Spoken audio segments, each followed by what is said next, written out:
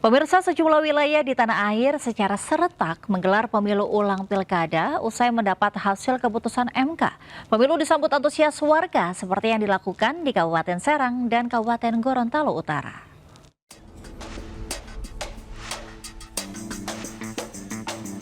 Pemungutan suara ulang di Pilkada Kabupaten Serang kembali dilakukan oleh Komisi Pemilihan Umum. Sebanyak 2 pasangan calon bupati dan wakil bupati, yaitu pasangan nomor urut 1 Andika Azrumi Nanang Supriyatna dan pasangan nomor urut 2 Ratu Rahmat Uzakiyah dan Najib Hamas bersaing untuk mendapatkan perolehan suara.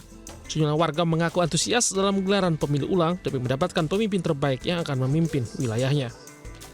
Kita pada mau nyoblos pagi hari ini. Sebelumnya nyoblos di sini juga apa gimana? Iya, di sini ini lagi ngantri. Terus udah tahu pilihan apa? Banyak 2.355 TPS dan 29 kecamatan dan 326 desa. Alhamdulillah semuanya berjalan dengan lancar. Sementara pemilu ulang juga dilakukan di Kabupaten Gorontalo Utara usai hasil putusan Mahkamah Konstitusi. PSU di Gorontalo Utara sendiri dilaksanakan lantaran salah satu peserta pilkada tidak memenuhi persyaratan telah menjalani sidang di Mahkamah Konstitusi. Pada pilkada ulang ini Gorontalo Utara diikuti 3 pasangan calon, yakni Roni Imran Ramdan Mapile, Torik Modangu Nurjana Yusuf, dan Muhammad Sidik Nur Muksin Badar. Di pemilu kali ini peserta pemilu terlihat meningkat dibanding sebelumnya usai dilakukan sosialisasi KPUD. Dari Serang, Banten dan Gorontalo Utara, Gorontalo, Mahasa Priandi, Nur Faizila Hasan, iNews melaporkan. Sementara tim gabungan penegakan hukum terpadu Bawaslu Banten menangkap tangan sejumlah orang yang melakukan politik uang dalam pemilihan suara ulang Pilkada Kabupaten Serang. Setidaknya ada 12 orang yang ditangkap dan berikut barang bukti sejumlah uang.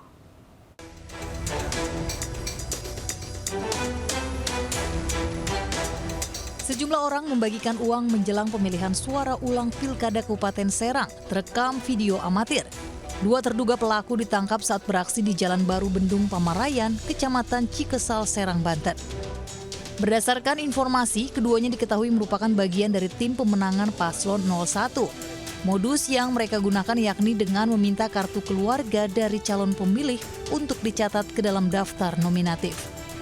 Para pemilih dijanjikan uang tunai sebesar Rp50.000 per orang untuk mendukung Paslon 01 dalam pemungutan suara ulang. Belum, masih dalam proses temuan, ya, masih dalam proses pendalaman dan informasi keterangan terhadap hal tersebut, dan itu terjadi di beberapa kecamatan yang ada di Kabupaten Serang. Setidaknya ada 12 orang yang ditangkap Gakumdu Bawaslu Banten. Berikut barang bukti sejumlah uang. Kasus ini kini masih dalam penyelidikan petugas. Dari Serang, Banten, Mahesa Apriandi, iNews melaporkan. Kita beralih ke informasi lainnya, pemirsa. Arena judi sabung ayam yang diduga di backing oknum anggota TNI di Goa, Sulawesi Selatan viral.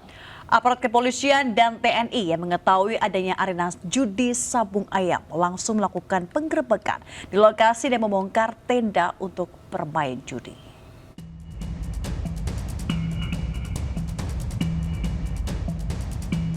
Video amatir warga memperlihatkan adanya arena judi sabung ayam di Kecamatan Bonto Maranu, Kabupaten Goa, Sulawesi Selatan. Judi sabung ayam ini bahkan diikuti ratusan warga di lokasi hingga viral. Aparat gabungan TNI Polri langsung melakukan penggerebekan dan membongkar arena judi. Bongkaran dan penyitaan tenda untuk bermain judi dilakukan agar judi sabung ayam di lokasi ini tidak berlanjut. Sementara saat penggerebekan dilakukan petugas tidak mendapati adanya aktivitas judi sabung ayam yang diduga dibackingi oknum anggota TNI. Polisi menduga video yang beredar direkam beberapa bulan lalu saat aktivitas judi sabung ayam masih berlangsung. Ini sempat viral. Di sini kami sampaikan kepada masyarakat hasil penemuan kami, memang kita temukan bahwa lokasi tersebut sudah tidak beraktivitas lama dan terhadap bangunan-bangunannya kita lakukan pembongkaran. Polisi hingga kini masih melakukan penyelidikan terkait sejumlah pihak yang terlibat judi. Dari Kabupaten Goa, Sulawesi Selatan, Bukma, iNews melaporkan. Pemirsa, remaja 13 tahun yang terjatuh dari wahana pendulum di Jatim Park mengalami patah 2 tulang di kaki kanannya dan retak di 2 jari tangan. Kepolisian masih menyelidiki adanya unsur kelalaian pada peristiwa tersebut.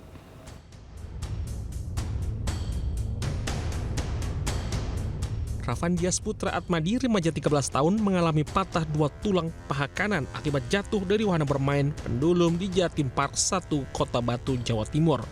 Ia mengaku saat itu bersama kakak dan 2 sahabatnya naik wahana 360 pendulum. Saat wahana tersebut berputar di ketinggian 15 meter, sabuk pengaman yang digunakannya tiba-tiba lepas sehingga korban bergelantungan dan kemudian terjatuh. Waktu di posisinya di atas, di top, kepalanya ke bawah di ketinggian 15 meter, tiba-tiba seatbeltnya itu kebuka, kayak belum permainan gitu, jadi kebuka ke atas. Akhirnya saya refleks pegangan itu pokoknya saya nggak terlalu ingat, pokoknya saya pegangan doang, tiba-tiba udah jatuh di bawah. Sebelumnya pengunjung Jatim Park 1 terlempar saat naik wahana 360 pendulum. Akibat peristiwa ini, korban mengalami patah tulang di tangan dan kaki. Pihak manajemen Jawa Timur Park pun bertanggung jawab atas peristiwa yang terjadi 8 April lalu ini. Polres Batu mendalami kemungkinan adanya unsur kelalaian yang mengakibatkan korban terlempar dari ketinggian 15 meter. 6 orang sudah diperiksa sebagai saksi. Dari Batu, Jawa Timur, Denny Irwansyah, iNews melaporkan. Kita ke informasi seputar haji pemirsa, kebijakan murur dan tanazul akan dilakukan dalam penyelenggaraan puncak ibadah haji 1446 Hijriah 2025 Masehi. Ya, sebanyak 38.000 calon jemaah haji Indonesia rencananya akan menjalani skema tanazul.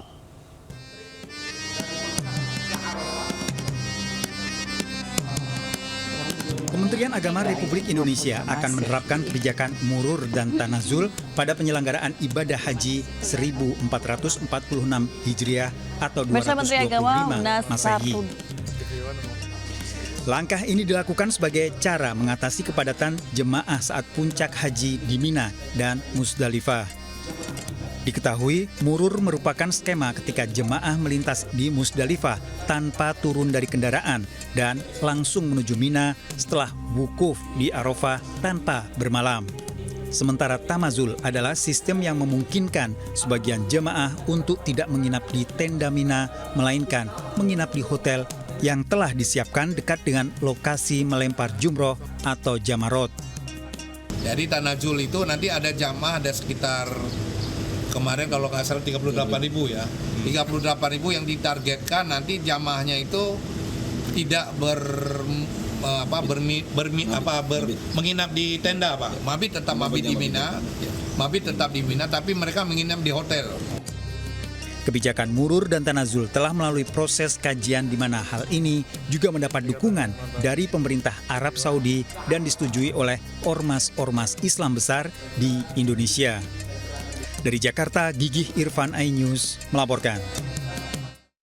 Menteri Agama Nasaruddin Umar hadiri pelaksanaan bimbingan manasik haji nasional di Asrama Haji Pondok Gede, Jakarta Timur. Menteri Agama memberikan materi pembekalan secara langsung kepada calon jemaah haji. Menteri Agama Nasaruddin Umar menyampaikan materi pembekalan kepada calon jemaah haji nasional di Asrama Haji Pondok Gede, Jakarta dengan mengangkat tema Menggapai Haji yang Mabrur. Kegiatan ini diikuti oleh 100.000 calon haji secara luring maupun daring dari berbagai penjuru Indonesia. Awalnya Indonesia hanya akan mendapatkan jumlah pembimbing 1%. Namun setelah dilakukan negosiasi, akhirnya mendapatkan 2 kali lipat. Kedua, semula kebijakan Arab Saudi hanya 7% yang diberikan hak untuk jemaah berusia 70 tahun dan pelarangan bagi jemaah yang sudah berusia 90 tahun. Namun hal tersebut kini sudah diizinkan.